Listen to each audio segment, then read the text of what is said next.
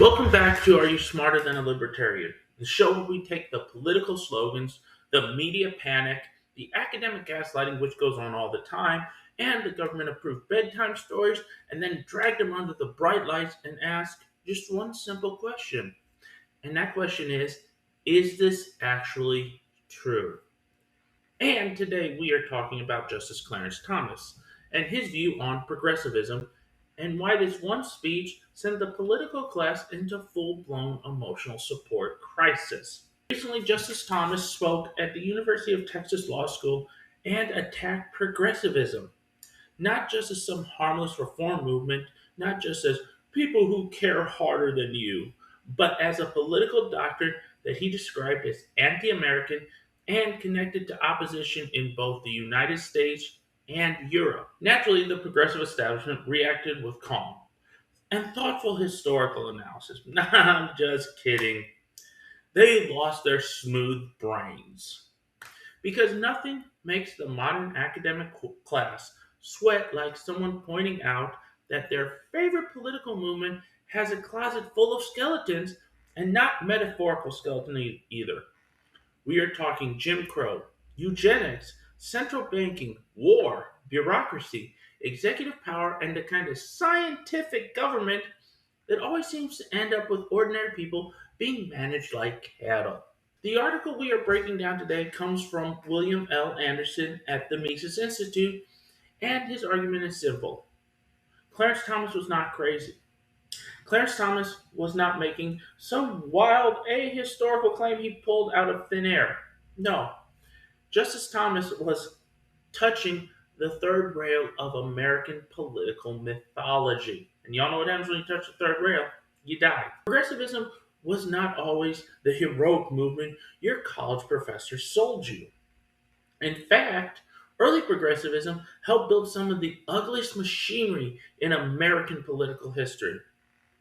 Now, that sense alone will make some people on the left clutch their tote bags and whisper, but what about the reforms? Yes, progressives did support reforms. Yes, later progressives supported the civil rights cause. But as people like to say, a snake doesn't change. A snake always sheds its skin, but is always a snake. Yes, some people who called themselves progressives fought against segregation and racial injustice. But here's the uncomfortable part that does not erase what early progressives actually did. You don't get to burn down the house, come back decades later with a garden hose, and demand a medal for fire safety. The article begins by pointing to the response from Erwin Klemensky, dean of Berkeley Law, who criticized Thomas' view of progressivism.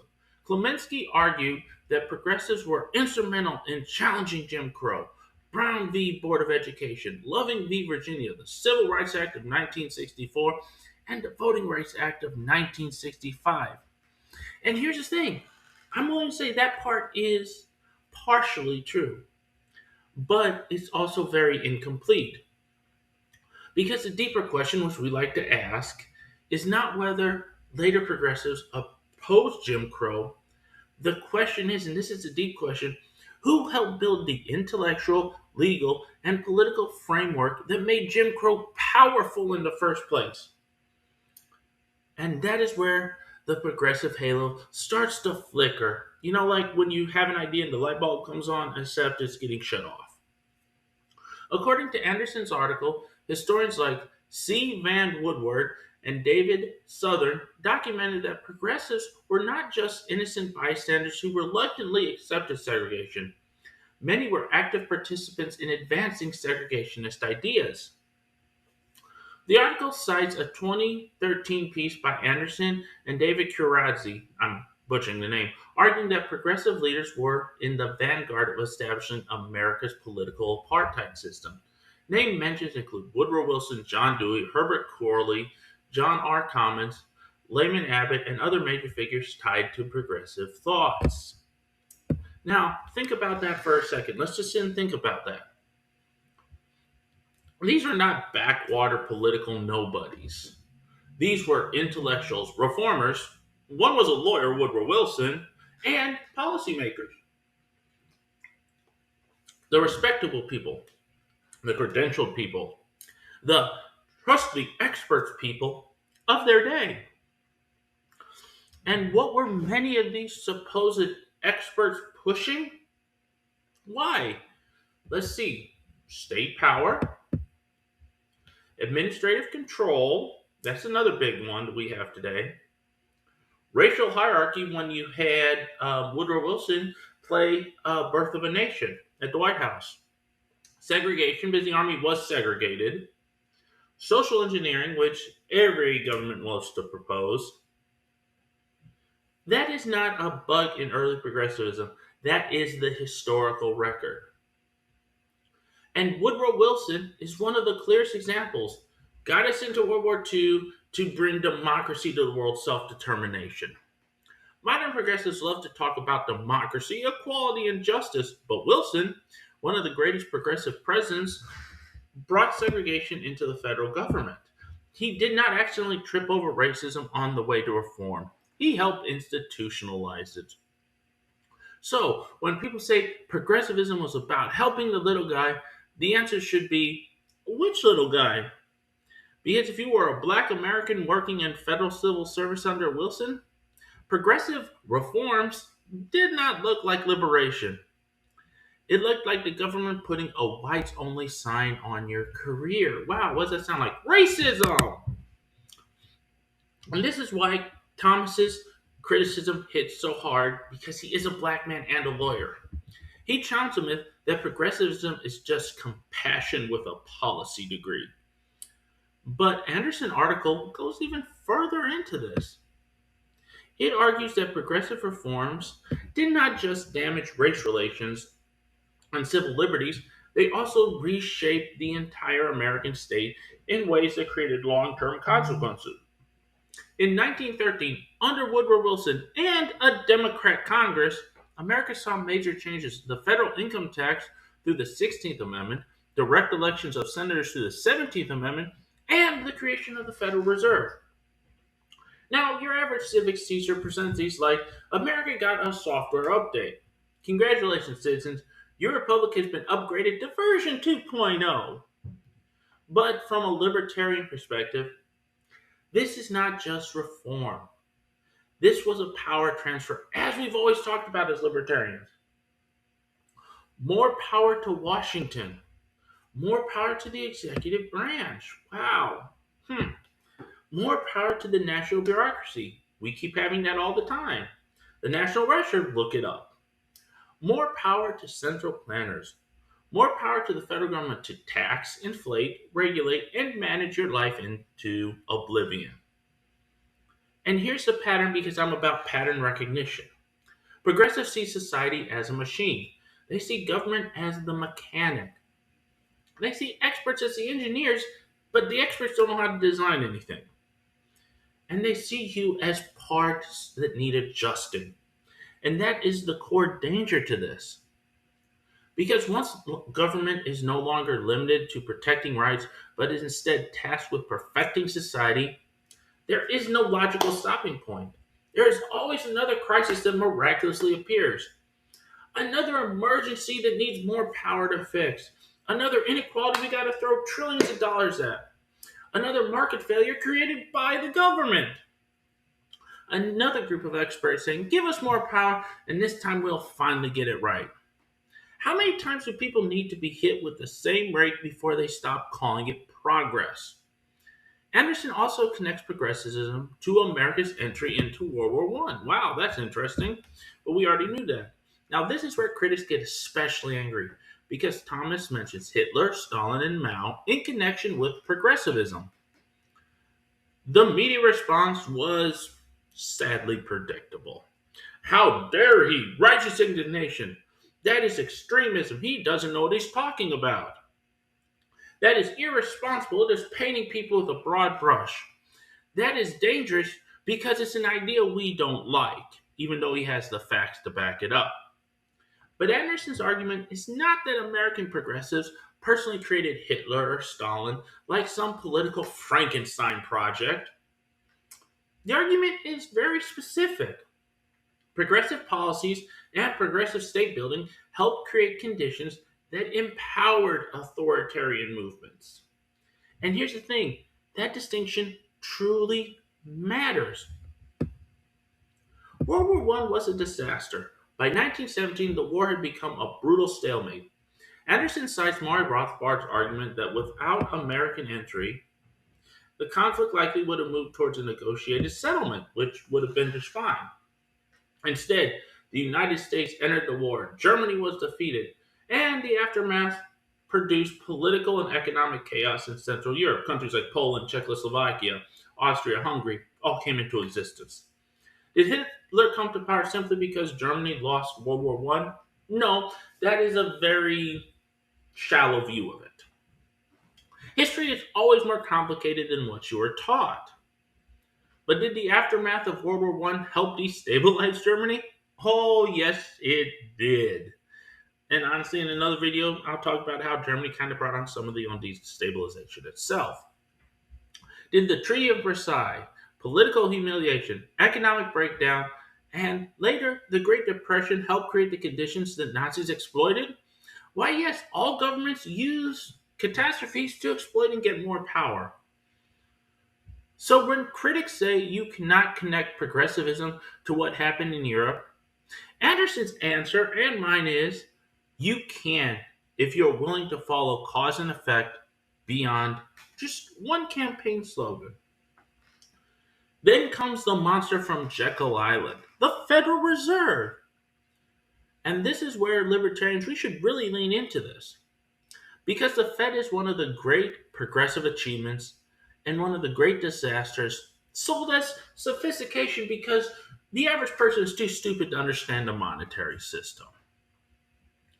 This article also relies on Rothbard's work in the Progressive Era and America's Great Depression to argue that the Federal Reserve destabilized the American economy during the 1920s and helped set the stage for the stock market crash of 1929. It wasn't greed, it was regulation. And here comes one of the biggest myths in American history. The Great Depression happened because capitalism failed. Herbert Hoover did nothing, which he should have done nothing. And then Franklin Roosevelt rode in on government and horse to save America. The story is everywhere. Textbooks love it. But here's the thing. Politicians also love it. And that's really sad. Public school history departments practically breastfed it to us for generations, and I was one of those. But Rothbard, he argues the exact opposite. Hoover is not some laissez-faire caveman sitting around saying, let the poor eat, market discipline. Hoover was a progressive interventionist. He supported government actions, wage policies, public works, and economic management. In Rothbard's view, Hoover was the precursor to the New Deal, not the last defender of free market capitalism. And that matters because the standard narrative blames capitalism for a depression shaped by government-created central banking, monetary distortion, interventionist policies, and political manipulation. In other words, the state starts the fire, takes control of the fire department, sprays gasoline all over the building, then holds a press conference blaming matches. And the people clap like trained seals because the podium had the government seal on it. But the article does not stop with economics. It goes into one of the darkest parts of progressive history that is not talked about in the left, eugenics, and they still push it today. And this is where the polite conversation gets really ugly.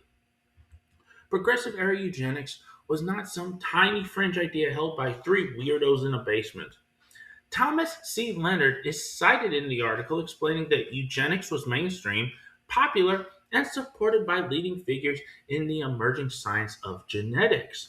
It appeared in college courses, it showed up in public campaigns, and was promoted by intellectuals and reformers who thought society could be improved by controlling who reproduced. And there's that word again, scientific. The progressives were not saying, we are evil. No, why would we say we are evil? That is wrong. We are not evil. They're saying, we are scientific. Hmm. Makes scientific sounds a lot nicer than evil. Nice little marketing there. And that is what makes it so insidious and dangerous. Because tyranny with a lab coat still looks like tyranny, but we just see the lab coat because the vast majority of the American public is not that well informed. They're distracted. A bureaucrat with a clipboard can be just as dangerous as a thug with a baton, especially when the bureaucrat believes he is improving humanity. Listen to what progressives say. The article cites Edwin Black's work arguing that American eugenics influenced ideas later associated with Nazi Germany. Again, that does not mean American progressives single handedly created Nazism, but it does mean the intellectual soil was not as innocent as people pretend it is. American progressives helped normalize the idea that the state could classify human beings, rank human worth, restrict reproduction, sterilize the unfit, and use government power to engineer society so that the government had absolute control. And when that logic travels, it does not become more humane. And with the Germans, it became more efficient because Germans are famous for their efficiencies. And that is the lesson. Once you accept that government has the authority to redesign humanity, do not act shocked when someone eventually picks up the blueprint and starts drawing skulls on it. Then Anderson turns to Stalin and the Soviet Union, our supposed greatest ally in World War II. He argues that many progressives looked favorably on Stalin and the USSR during the 1930s and World War II, giving legitimacy to one of the bloodiest regimes in US history. Again, the claim is not that American progressives created Stalin, and that's something the right doesn't do a real good job of articulating. The claim is that progressive intellectuals, too, often excused, admired, or rationalized authoritarian experiments because they saw centralized planning as morally superior to messy freedoms. And that is still the temptation today. The modern progressive will rarely say, I want tyranny because that makes you unelectable. They will say instead, I want fairness because in fairness, lands much softer, but it's still an iron fist in a velvet glove. They will also say, I want equality. They will say, believe the experts, listen to them. They will say, I want democracy until I get in power, and then I don't want it anymore. They are the cloak and dagger schemers of the world. Then somehow every solution requires more federal power, more agencies, more mandates, more spending, more taxation, more policing, more speech policing, more economic control, and less room for the individual to say no. It's funny how that works. Just look at England. The labels change. They put a new label on it, like you had New Coke and then you had Coke Original. The appetite remains the same. And that's why Clarence Thomas's comments mattered.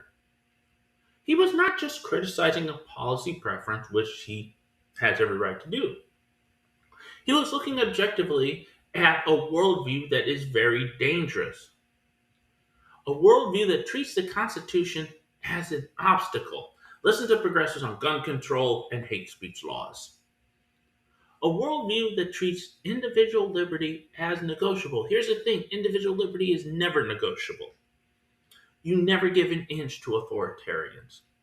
A worldview that treats experts as priests, bureaucracy as church, and state power as salvation. Listen to how much we just need more state involvement. Here's the thing. Progressivism at its core is not just change. Everybody believes in some kind of change. But here's the real question. Change by what method? Voluntary cooperation where everyone goes, or most people go, I want to do this, but some people don't. Free markets are central planning. A civil society or a society policed by agents of the state. local institutions where you actually know the person sitting on the school board, private charities to help the poor, families, churches, and what else are we going to hit? What else are we going to hit on? Mutual aid, which is hugely important, and I agree with progressives that we need to have mutual aid and not government. Or change through what the progressives and the left want, centralized force. Because once the state becomes the main tool of the moral improvement, politics becomes a permanent war over who gets to hold the whip. And that is why us libertarians, we're skeptical of both sides, especially the left. Not because we hate reform, not because we love injustice, even though people will say that. I've had people tell me I'm a libertarian and I hate the poor. Not factually true. Not because we think every old institution is perfect. It is not. But because history has shown us repeatedly that when government claims the authority to perfect society, it usually starts by violating individuals. And it's always an excuse. 2020 was public health. After 9/11, the argument was national security. 1929 was economic emergency that actually extended the Depression, and we had a Depression in 1937. Racial science, seeing how African American men handled syphilis. Social justice, saving democracy, protecting the vulnerable, stopping misinformation. Pick your decade, the sales pitch changes, the power grab stays the same. And here's the controversial part, and you may not agree with this. Progressivism survives by taking credit for the problems it later claims to solve. It helped empower segregationist policies, then later claimed moral ownership of civil rights.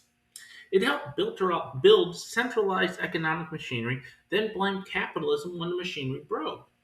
It pushed scientific management of human beings, then pretended eugenics was some alien invasion from the right. It romanticized state planning and then acted shocked when planned societies needed prisons, censorship, coercion, and of course, mass obedience.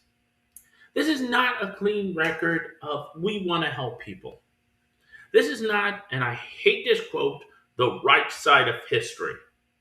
This is a political movement with blood on its resume and a public relations department working overtime.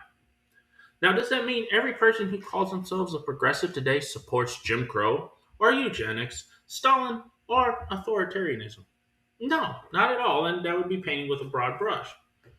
Because that would just be very lazy and unfair, and I'm not a lazy and unfair person.